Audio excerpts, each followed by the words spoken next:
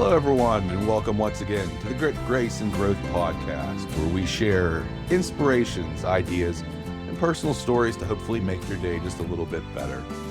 This is your co-host, Ken Sines, and with me, as always, is your host, Kim Carroll. How are you doing, Kim? I am doing fantastic, Ken. So good to be here with you today. You have a lot of energy today. We should have a great show. I think we are going to have a fantastic show. Our guest today is full of energy herself, so I'm super excited to introduce her. This is a dear friend of mine. She's down in Fort Worth, Texas. Her name is Erica Neal, and she is the co-founder of Infinity Investment Strategies, an authorized infinite banking concept practitioner, CEPA candidate, which we'll have to get into more of what that means, and the author of Mind of Gold, The Girlfriend's Guide to Financial Freedom. Hey, Erica, you want to say hello? Hey, Kim. Hey, Ken. How are y'all? Great to have you. Thanks for having me. I'm excited. That is quite the bio there. So we're going to definitely have some, you're going to have some splaining to do about what some of that stuff is, because it sounds like you're more impressive than I even hoped to be. But we're going to put that to the test right now. As our listeners know, we like to play a little two truths and a lie game. So we're going to see what type of ability you have to sniff out the BS. Okay. Oh, we'll see. All right. So you're in Texas, right? What's the weather looking like down there today? So today we are actually getting a little bit of a breather. It's only going to be 98. Okay. The last couple of days, it's been anywhere between 104 and 108. So we're gonna sit pretty today. Then you're going to maybe not enjoy, but at least be used to today's topic, which is the month of August. Okay. Okay, so all of these facts are related to the month of August. And the first one is that August is the dog days of summer. All right? That carries from mid-July until August 11th, when the dog days of summer end. They were named the dog days of summer by ancient Romans because they believed Sirius, the dog star, would rise with the sun and create the hottest and most miserably humid time of year. So that's number one. Number two about August. Adapted for inflation, Guardians of the Galaxy is the highest grossing movie ever released in the month of August. And the third is Mount Vesuvius erupted on August 24th, 79 AD. I really had to make myself a note not to say 1979 because it's so weird just saying 79. But Yeah. so your three options are the dog days of summer were named by the ancient Romans because of the dog star Sirius creating the hottest and most humid and miserable weather of year. Guardians of the Galaxy being the highest grossing movie ever released in August, adapted for inflation, or the eruption of Mount Vesuvius occurring on August 24th, 79 AD. So if you guys want to discuss and tell me what your answer is, what you think is, which one of those do you think is not, in fact, the truth? I want to cheat and do a fact check on the last one there. So do I. I also, man, I'm struggling with number two, Guardians of the Galaxy. I don't think it was the highest. I don't know why, but that one, like the other two were historical. And I'm like, for some reason, my brain automatically goes to the middle one. Yeah. I'm trying to think of when was Avengers Endgame released? Because like July and August are the big movie months. I'm a huge movie buff. Like July and August are my jam. I have. And I don't remember. I'm trying to remember when I went to see that. I want to say it was. So I will give you, I traditionally have given you guys one hint. So this will be your one hint. Endgame was released in the spring. Okay. So actually, so I'm going to give you even a little, I guess maybe a little double hint. You said that most big movies come out in July and August. August is actually a dead time for movies. It used to be, but it was moved now. So Endgame came out on April 26, 2019. April and May has become the big Marvel time of the year. So that's when they try to release their big ones. July is still a big month because you have the 4th of July holiday, but August is actually the dog days of movies. Interesting. I think the dog days thing is true. I've heard the terminology of dog days of summer, and I think that's accurate. So I think that it has to be either the second one or the third one. I'll go with you on the Guardian of the Galaxy if we want to go there. I don't know, because now he's making me double think myself. I'm thinking maybe it is C. The eruption. Your call. Let's go with the eruption. Okay, that's the false. We think that the false answer one's is false. the Mount Vesuvius If it's Guardians not of the erupted in Galaxy, I'm gonna be August so mad. of 79. So you both seem like very intelligent, accomplished women, and I just sat here and listened to you argue yourselves out of the correct answer. Dang it, I Oh, knew it. So I knew it. here's the fun part of this, because it was you had to listen for what I said, and the term was adjusted for inflation. Guardians of the Galaxy is the highest grossing movie ever released in August, but adjusted for inflation, which means they take into account that ticket prices used to be a nickel as opposed to $50. Adjusted for inflation, Mary Poppins is the highest grossing movie ever to be released in August. Really? Yeah. Really interesting. It originally, the film grossed $349 million.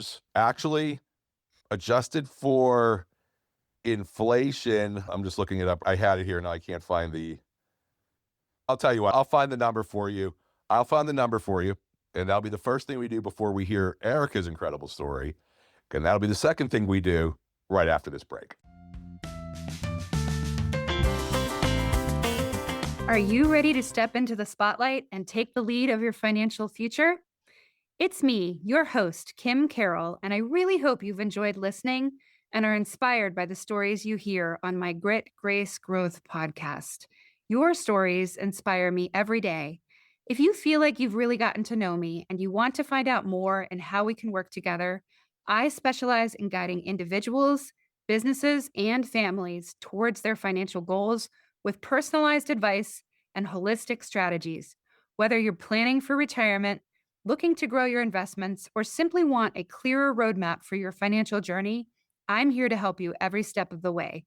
Don't wait. Visit www.kimcarrollcrc.com now to learn more and easily schedule a meeting. That's www.kimcarroll.crc.com in order to learn more.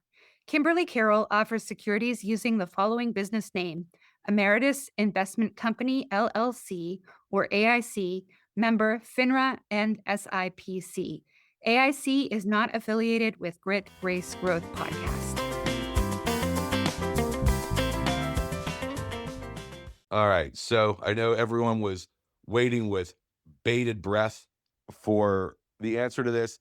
Adjusted for inflation, $732 million for Mary Poppins. Wow. So yeah, inflation will get you every time. That's so true. Doesn't it? That is so true. When you said that, Ken, when you were like, when we mean adjusted for inflation, I was like, wait a second, you were talking to two financial women here. I said that, and that's what caught me. I was like, maybe I did because it's adjusted for inflation. That's why I brought up Endgame, and man, like you said, can I talk myself out of it? I should have gone with my gut.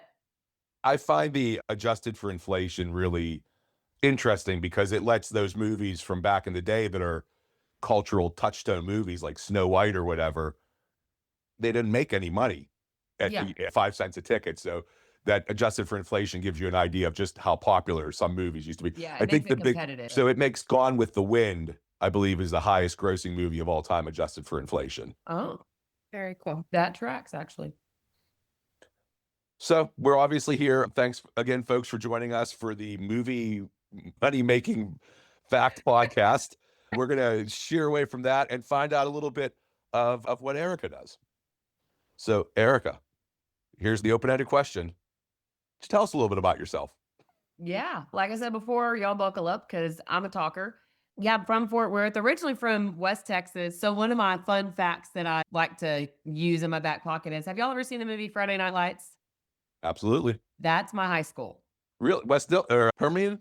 Permian High School. So wow, good that's old really Mojo. Cool. That was my high school. In fact, they filmed the movie while I was still in school. So they had like a couple of camera crews at our football games, and my mom's Suburban is in the movie as we drive by or whatever. You got to hang out with, that was Billy Bob Thornton, right?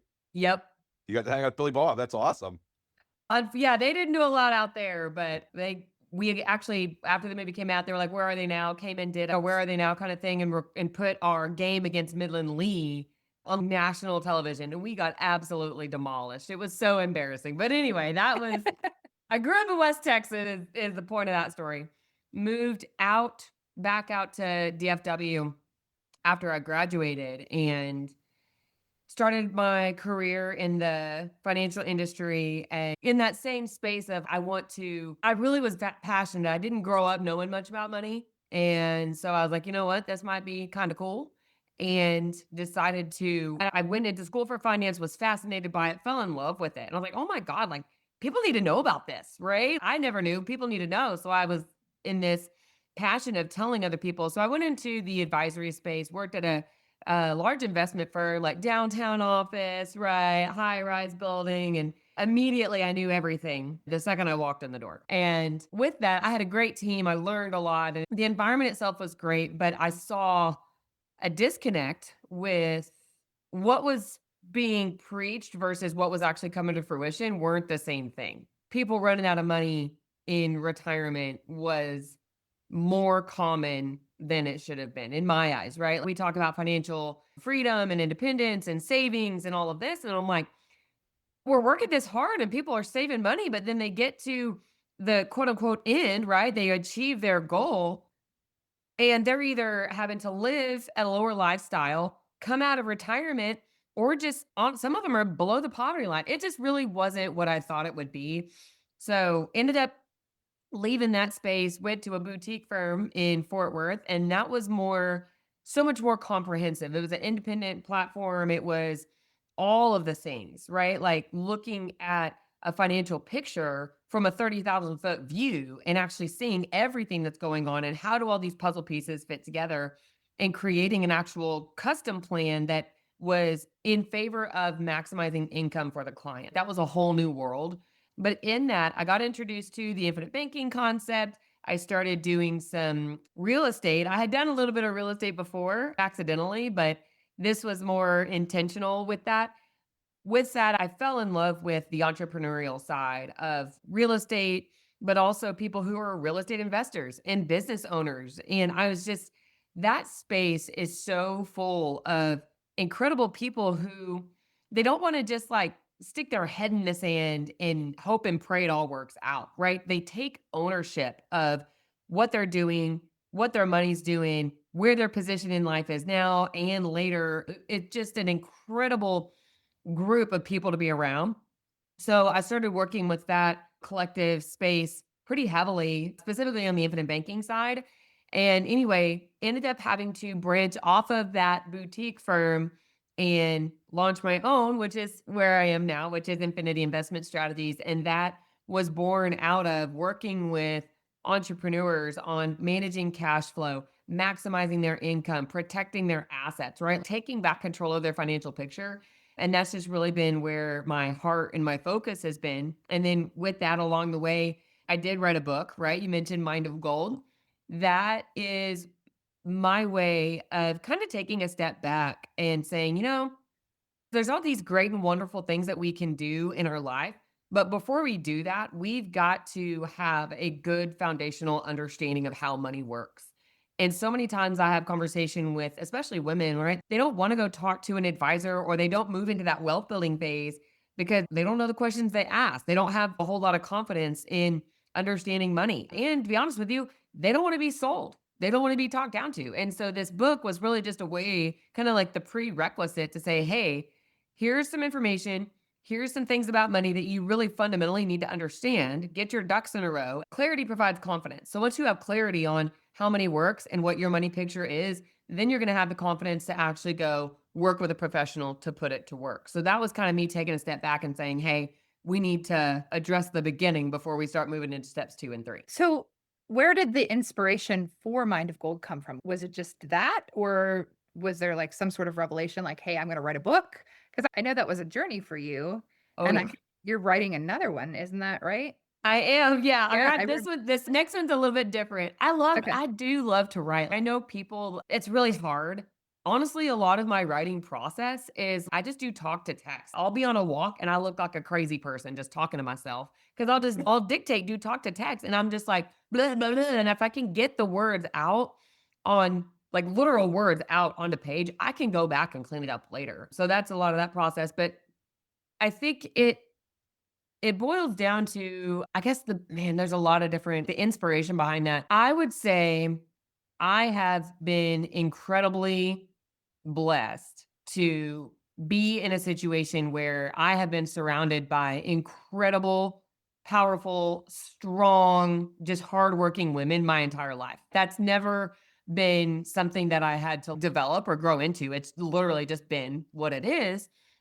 And with that, their strengths and their dedication and their hard work doesn't always generate the fruit, right? It doesn't always reap reward. And or if it does, there's a lag there. And so what I realized is a lot of women know how to work hard and give, but they don't have a lot of confidence on the financial side. My mom was a great example. My mom works her butt off, but like I said, growing up, we didn't really have a whole lot. Not because she didn't work hard, but it was just she didn't know what to do to actually make it work. And sometimes we get so bogged down with the day to day and so overwhelmed with everything and everyone we have to take care of.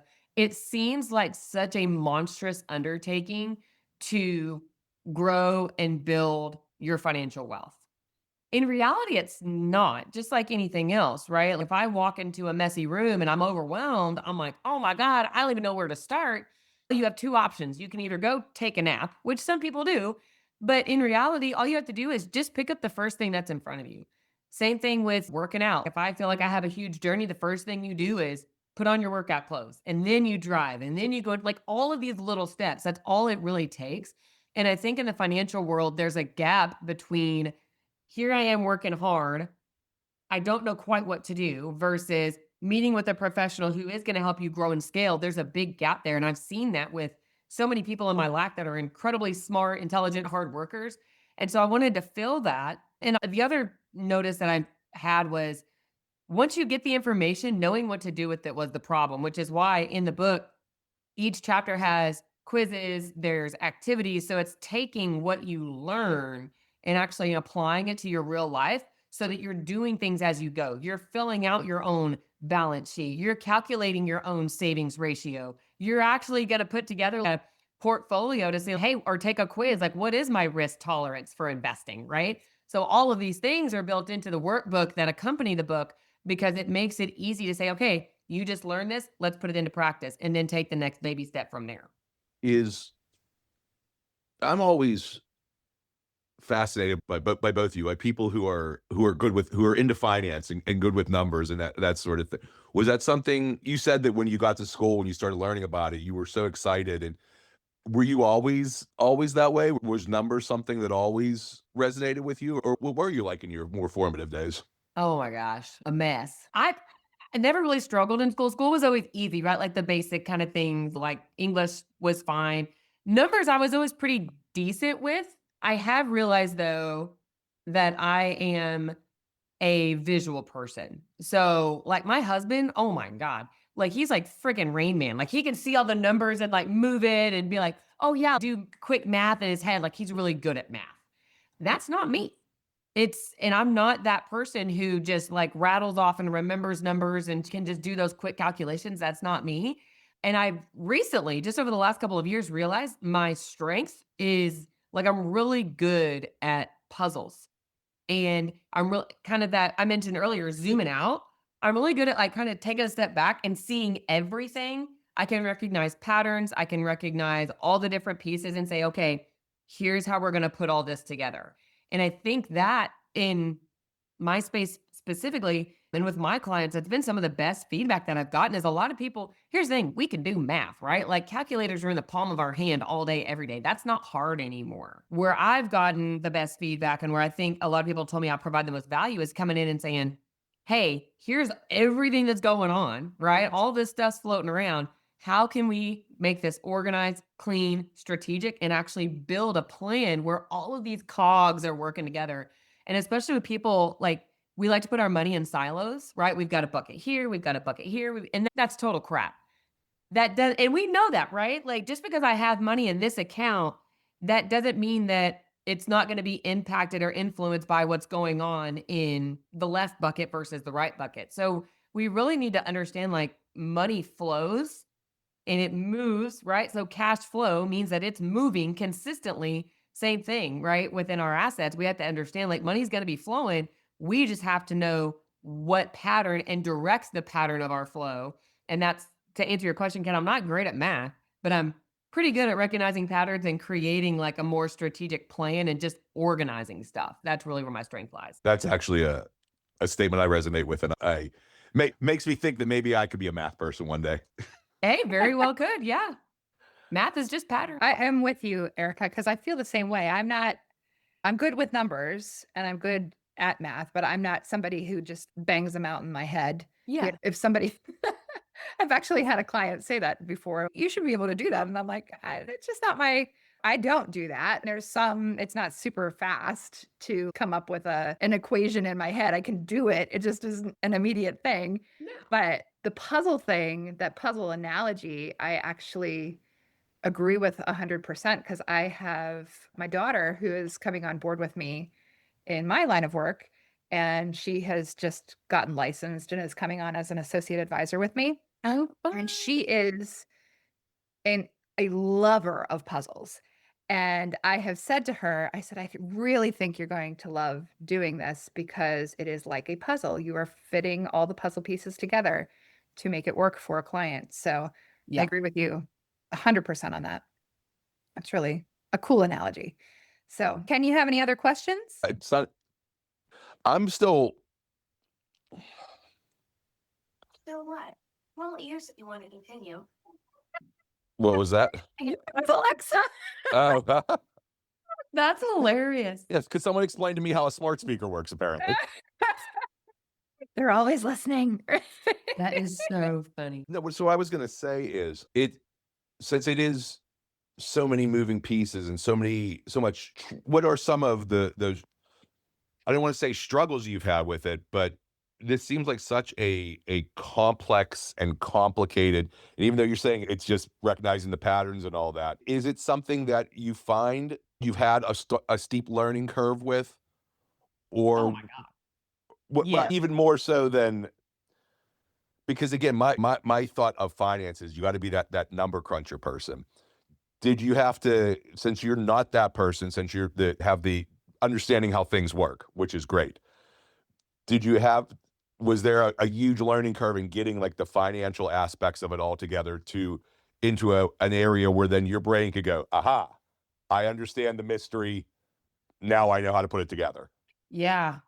Yeah. And sorry it took me a little while. I was trying to formulate the question because in my head I could see the pieces of the question, but I was trying to put them together. So I Yeah. understand where you're coming from a certain way, definitely from a certain understand, not the math part, but the pattern part.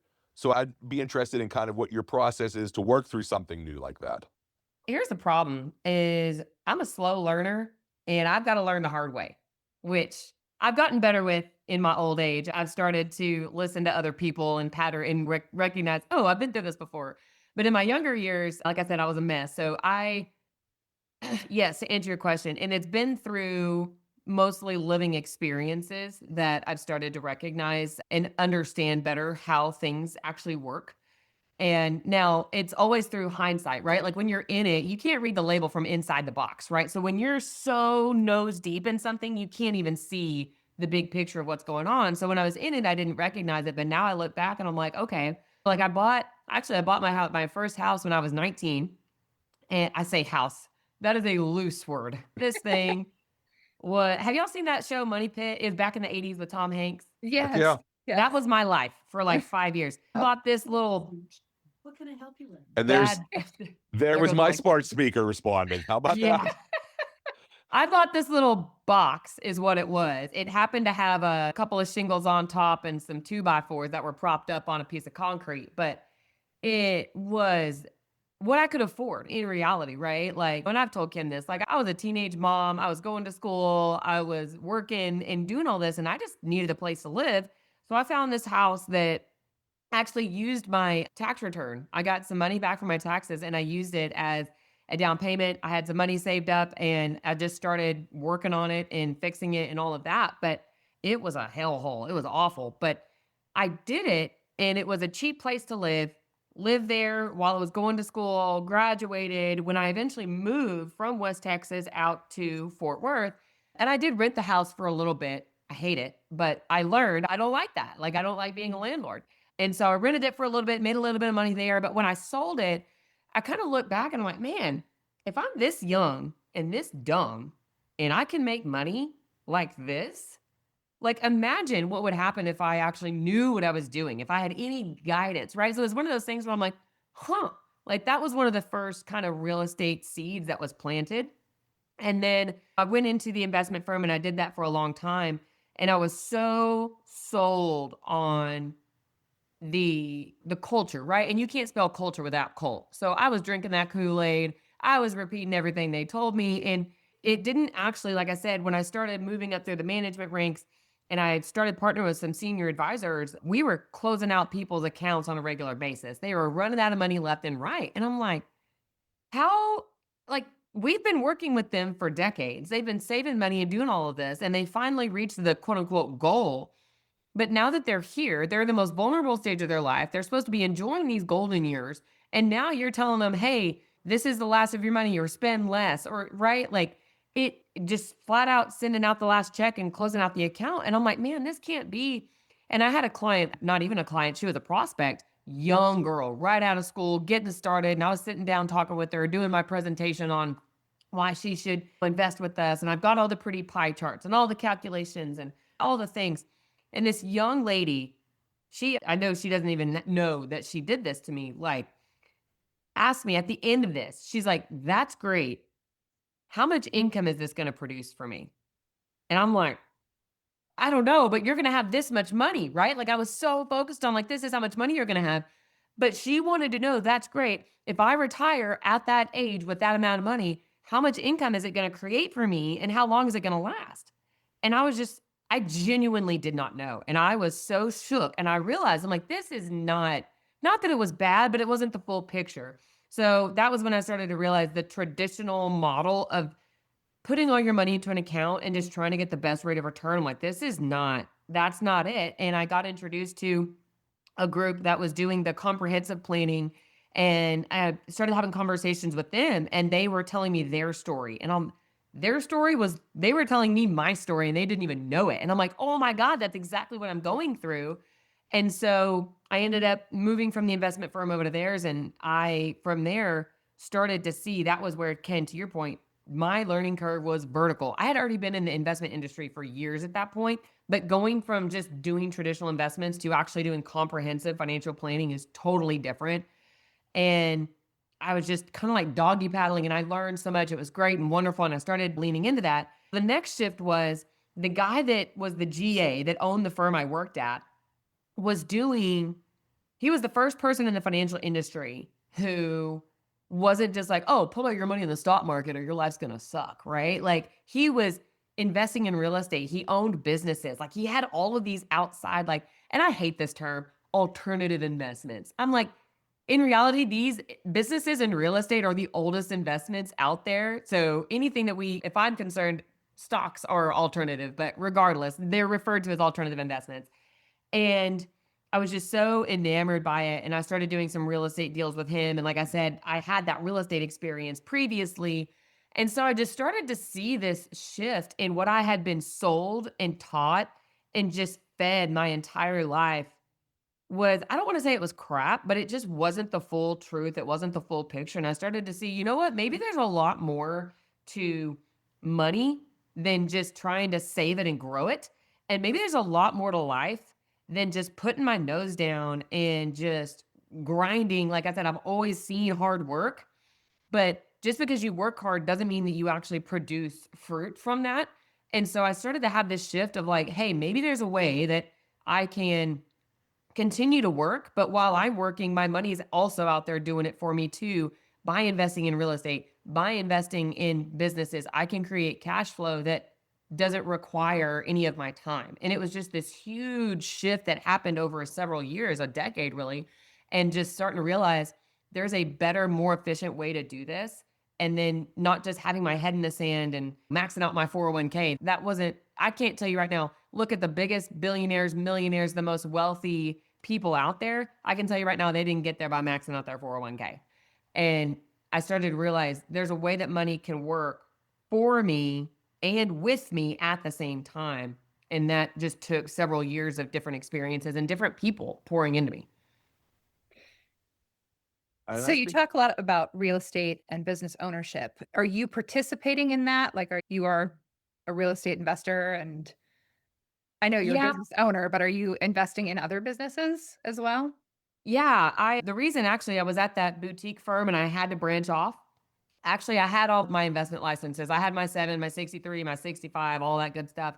And at that time, this is back in the day, the FINRA and the SEC would not allow you to actively syndicate real estate and hold your investment licenses. Now you can, but that's a whole nother story. That's a sore spot. But back in the day, you couldn't. And so I was actively syndicating, meaning I was buying apartment complexes and raising money. And FINRA was like, absolutely not. So I had to decide, do I want to actively pursue real estate or do I want to hold my investment licenses? So I signed over my book of business, surrendered my licenses, and started actively pursuing real estate, buying and operating. Now, along the way, I was building infinity investment strategies and everything else. And so I'm to the point now where I decided I'm not actively syndicating real estate. So I'm passively investing in real estate. There's a couple of little things that I'll do here and there. I've got some hard money loans. I'm in, like I said, a few different multifamily syndications. We were actually in a Bitcoin mine that just sold out, but really just looking for opportunities that I can, like I said, put my money to work, generate cash flow for me now so I can reinvest it and have a reliable stream of income. And then I'm in the process now. Obviously, I co-own Infinity. David and I, we've built this over the last several years. And one of the things I've run into is my clients in the entrepreneurial space are always asking for good bookkeeping, tax prep. Like, man, what a chore, right? And I have had the hardest time finding a good CPA and or accounting group that can do what my clients need them to do and that is willing to work alongside and be really in that not partnership, but like really just co-work with us. And a year of interviewing, I hired a company to track down CPAs and schedule appointments and meet and do. And I spent an entire year meeting with different CPAs and accounting firms over and over, and not a single one, not a single one. And it was, I don't know, probably 35 to 40 different groups that we talked to. And Yeah. so I was like, you know what? Fine. If I can't find it, I'm going to buy it and build it myself.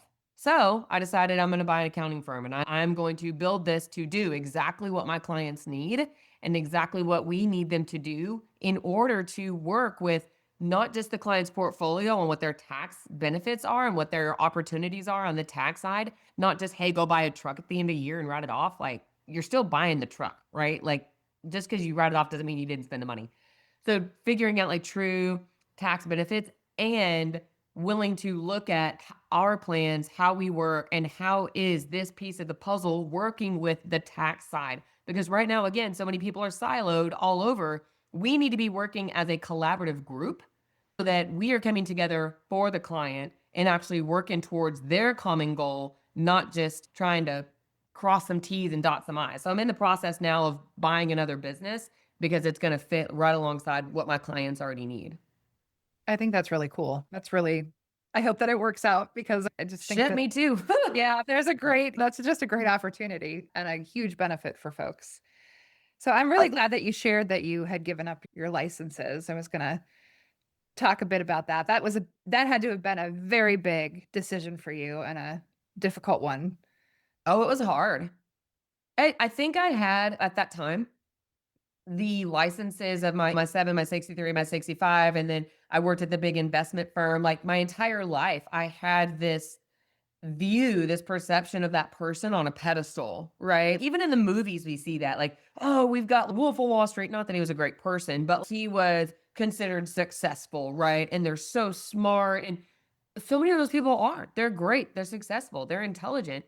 And there's other routes that you can take that don't mean that you're lesser than. And I just, for so long, I attached my identity and my value of who I was and my level of intelligence, I attached it to this pride I had in my licenses. That was my proof to myself, but to the world, like, look, I'm smart, I'm valuable. Like, and so letting that go was so hard because my identity was attached to it and my value was attached to it. And I don't know what made me eventually finally decide to cut that cord. Actually, yes, I do. There was a 2 year. So if you let your licenses go, you could reactivate it in 2 years. So I just kind of was like, you know what? If this doesn't work out, I can go back. And then after some time, I let it go. And the 2 years passed. And I was like, nope, I'm never going back. And even now, I have people that I talk to, and I'm not a financial advisor, I'm a wealth strategist. But when they ask me, like, oh, what investment licenses do you have? I'm like, none. None. And it's something where in myself now I've digested, that's okay, right? That doesn't take away from the knowledge and the experience that I've accumulated over the years. So that was very hard. Yeah. I think you mentioned you said before about how you'd work with clients who didn't have they'd do everything they were supposed to do and then say, "Where's my return on this?" And how I think it's so, there was always that mindset, like you said, that you would just put money away and you'd be okay, find the Yeah. best return on investment. You can't, and I don't think people understand that you just can't do that it's not you can't do it. The system has made it so that it's almost impossible just to be able to do that. Like grandma can't just go with her passbook to the bank every week, deposit a couple bucks and it's going to be okay. They don't have passbooks. Everything has become so complicated within our financial systems and within our ability to both accumulate and manage wealth. It really is almost impossible to do if you don't have somebody who has done the work that you've done to learn what to do. Yeah. And you're exactly right. Like we're told our whole lives, go to school, get a good job, max out your 401k, and then hope and pray. Right. And I think that advice has come down the pipeline, not out of, I'd like to think that it's not malicious, but that's what, maybe not our parents, but that's what our grandparents did, right? Like they went and worked for the same company for 30 years and then they retired and they had a pension. And then even if you look at like at the 401k, right? That model it was introduced back in the 70s. And so if we really look at what the stock market did between 1970 and 1999, this was the best 30-year run that the S&P ever had. So let's think about what happened during this time period. We came off the gold standard in 1972. ERISA got introduced, which is the first, exposure to a retirement plan, and people started putting money into mutual funds like never before. This was the first opportunity that they had. So what does that do? You're putting all these money into the mutual funds and it skyrockets the rest of the stock portfolios that are tied to those mutual funds. And then we have a super high inflation rate, of course, because we came off the gold standard. And then if you look at the 90s, we were leading up to the dot-com boom, right? We were in the dot-com boom leading up to the bust. So this time period is what, like I said, maybe not our parents, but this is the experience that they had, the grandparents had in the stock market. So when we wonder, why does this generation have such drive? And they're like, oh yeah, just put your money in the market, because it worked for them, because that was their experience. And the average rate of return in the S&P 500 between 1970 and 1999 was 14.84. That is insane. There is no, like I said, that is a unprecedented time span that is not a true relevant depiction of how the market really works. That doesn't mean that the market's bad.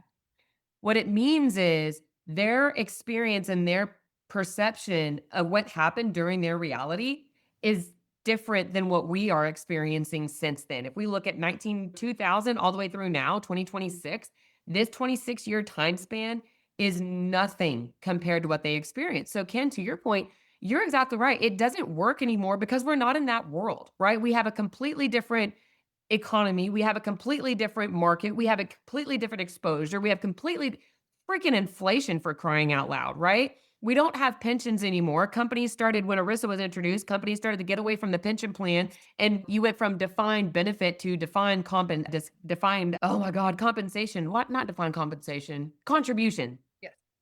Defined contribution, which is so funny, right? They went from defining what your benefit would be to defining what your contribution could be. Two very different things.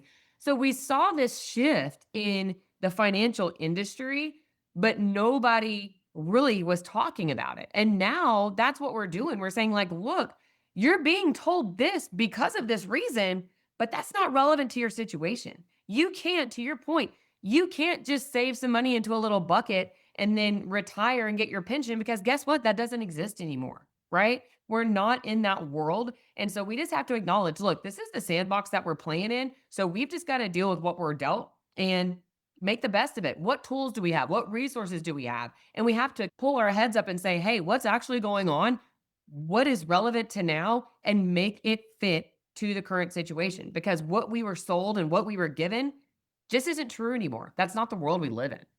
And I think that's incredibly important as a non-financial person myself, but because it speaks to everything. Realize that, okay, things were simpler for the boomers, right? They didn't have all the as much, but things were a lot simpler for the greatest generation. Things were a lot like, hey, at some point, people kept their money in a mattress, right? Or they Yeah. kept it in cans under the floorboards. Things are going to cause, and you know what? Somebody, and at that time, that was still better than people just didn't even have money and they were trading chickens for flour, right? Yeah. So things are going to constantly, instead of saying, oh, it was so easy, just accept the world that you're in right now. And that if it's a little bit, it's going to continue to get more complicated. Yeah. We can have instantaneous communications with people in Japan right now. The world's simply different. Yeah. Accept that it's different and do what you have to do to live as a part of a different world. Yeah. We can either grap about it or we can adjust and move forward, right? And the people who want to sit and moan and cry, you're going to, and that's fine. You do whatever you want to do. But if you want to kind of stand up, put your big girl panties on and move forward. And I have some great people in my life that remind me of that sometimes. And I think that's another thing too, is who you have in your life is going to make the biggest difference. It's not what you know, who you know. And that's not just like, oh, because you get a promotion because you know this person. No, I'm talking about the people in your life that are going to call you out when you're doing what you don't need to be doing, or you are not being the best version of yourself and they call you out on it. Like, I was having a mental breakdown in my car. I was dealing with this really bad situation. And in my mind, I'm like, I'm going to lose everything. I'm going to lose my house. I just knew that I had messed up so bad in this particular scenario that my world was going to come crumbling down. And I'm sitting in my car outside of the UPS store because I had to make an Amazon return. And I'm sitting outside of the store and I'm sitting in my car and I just freaking lose it. And I'm bawling. And I'm like, everything's gonna be gone. I really messed up this time. And anyway, I don't remember it was one of my ladies in my accountability group. I texted her and I was like, hey, I'm stuck. I don't know what to do. Like, I'm done. I can't do this. And so she called me and she listens to me cry for me. And then she just listened and listened. And then finally I shut up and she's like, all right, are you done? I said, yeah. She goes, you want to put your big girl pants on and take care of this? I said, yeah. And then she's like, okay, cool. Now that you're done whining about it, let's make a plan. And that's exactly what we did. She's like, all right, here's what you're going to do. And boom. And we knocked it out. And that didn't change the situation, but it changed my mindset and said, okay, I can sit here and cry about it, or I can sit here and start taking action on the things that I do have control over. And I fell into this pity party trap. And she just watched me spiral and spiral. And finally she was like, all right, are you done? Are you ready to level up? And I was like, yeah. And it was having somebody in my life that was willing to pull me out of that, because we all fall into it. Having her pull me out of that, like, was huge. That's great.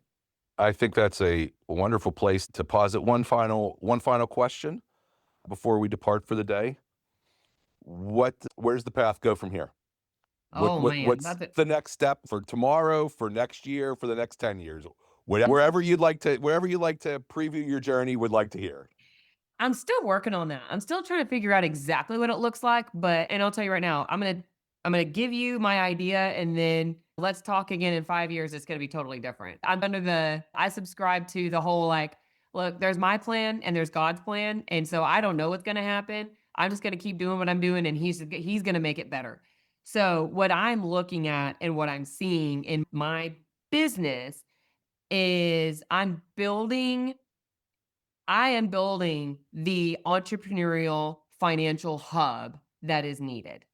We need financial roundtables where your advisor, your, insurance advisor, your IBC practitioner, your CPA, and your attorney can all come together at a roundtable type setting and collaboratively and efficiently put plans together with you in a way that it doesn't take a lot of time. The clients aren't having to go back and forth and relay info and that, right? Like nobody wants to go back and forth. So we're creating a hub where people can come and say, hey, look, I've already got my real estate investment portfolios. I need to do an infinite banking policy. Or, hey, I love infinite banking. I think this makes sense. I want to put money in here, but now where do I deploy it? Are there real estate deals? Are there businesses I can buy? Where can I put my money to work? And oh, yeah, now that I'm putting my money to work, I need to make sure that I have my assets covered and I have trusts and I have all of those things. Or I need a buy sell agreement or key man, right? I also, now that I have this business or this portfolio built out, I need good tax planning, right? So we are building the financial roundtable that entrepreneurs need in order to have a one-stop shop that they can address all of their financial and estate and business planning assets, and they can continue to go do what they do, because no business owner wants to spend time doing their taxes or calculating their depreciation or figuring out, right? They want to do what they do and they want to hire the right team to be able to manage it in the background. And that's exactly what we're building. I think that's cool. I love that. I'm excited. Yeah. So I'm gonna wrap us out today with a little bit of a quote that's coming from you, Erica. Oh, So goodness. I typically will find a quote, and that's how we end our show. But I really like something that you wrote here, and I just want our audience to know that the name of our podcast came from you. You had posted something on Facebook somewhere that said grit, grace, growth at one point in time. Yeah. And I reached out to you and I was like, hey, are you using this for anything? Because I think that this is where I want to go with my podcast. So, That makes me so happy. yeah, so that's, you helped make that be our name. And so I'm going to wrap with something that you wrote about that. And I really love what you wrote. It says, grit in finance doesn't always look like grinding harder. Sometimes it looks like walking away from what isn't working and having the courage to build something aligned with what you actually believe. And grace? Grace is what you extend to yourself and your inner circle, helps maintain when the path zigzags and the timeline shifts. Growth is what happens when you stop waiting for permission and start making moves. So I love that. Thank you for sharing that. And thank you for being on our show today. Erica, how can people reach you? And if they're interested in talking with you, how can they get in contact with you? Yeah, all of my social handles are at the Erica Neal. So that's Facebook, Instagram, LinkedIn, YouTube. I'm not on Twitter. That's okay. But yeah, our website, Infinity Investment Strategies, I'm there. Can you ask about what the next phase is? There will be a point at which I'd love to do some classes and speaking and teaching. If you choose to follow me now, I would love to hear different areas of I don't want to say struggle, but different areas of interest that we can collectively speak to that would actually add value. I always love to get feedback from other people on things that they like and then things that they're still needing in their life, their mind, their finances, and everywhere in between. Super. Ken, can you take us out? Absolutely. Erica, thank you so much for joining us today and apparently for helping name our podcast. We really appreciate getting to know you. For Erica and Kim, this is Ken, and this has been the Grit, Grace, and Growth podcast. We're not trying to change your life. We're just trying to make it a little bit better.